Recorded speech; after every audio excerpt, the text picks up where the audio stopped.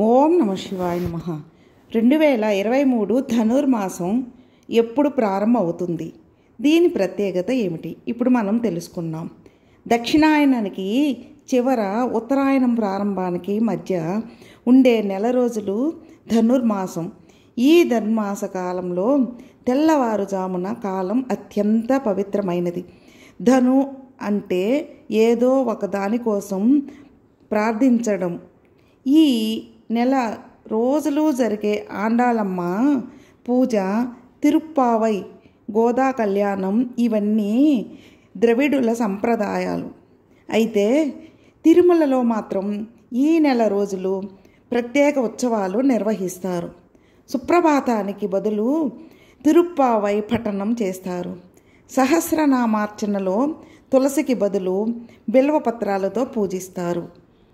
2023 December 16 అర్ధరాత్రి 12:34 నుంచి 2024 జనవరి 14 వరకు ధనుర్మాసం శనితో సంబంధం ఉన్న మాసం. మార్గశిరలో ప్రారంభమై పుష్యమాసం వరకు ఉంటుంది. 2023లో ధనుర్మాస గడియలు 2023 డిసెంబర్ 16వ తారీఖున అర్ధరాత్రి 12:34 ప్రారంభమై 2024 సంవత్సరం జనవరి 14వ తారీఖున ముగుస్తాయి. అంటే మకర సంక్రాంతికి ముగుస్తుంది.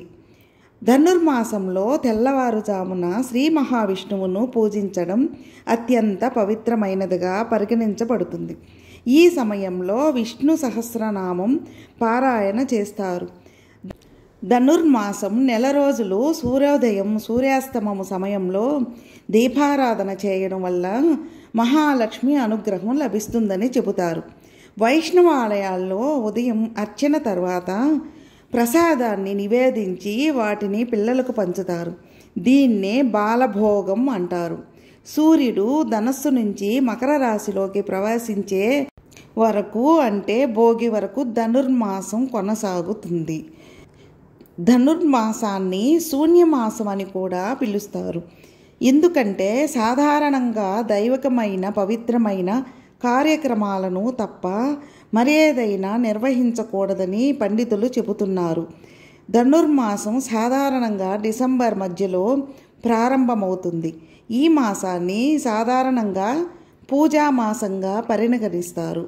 ఈ నెలలో ఆస్తుల కొనుగోలు, కొత్త గృహప్రవేశం, నిశ్చితార్థం, వివాహం వంటి ఇతర కార్యకలాపాలు నిర్వహించకూడదు.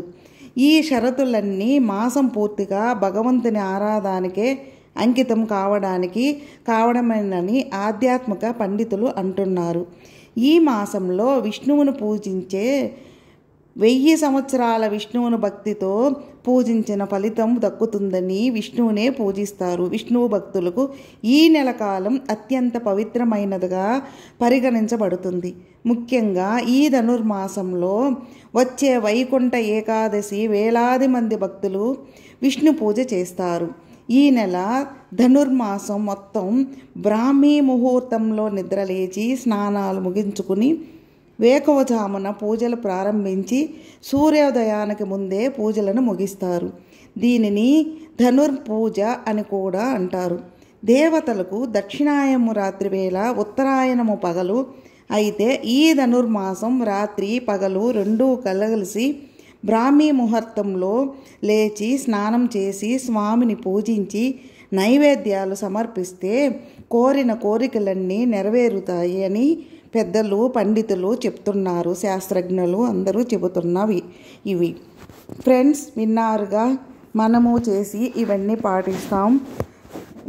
ఈ వీడియో నచ్చితే మీరు లైక్ చేయండి, మీ ఫ్రెండ్స్కి షేర్ చేయండి. సబ్స్క్రైబ్ చేసుకున్నట్లయితే సబ్స్క్రైబ్ చేసుకోండి. నేను పెట్టిన ప్రతి వీడియో మీకు నోటిఫికేషన్లో వస్తుంది. ఓం నమ శివాయ నమః.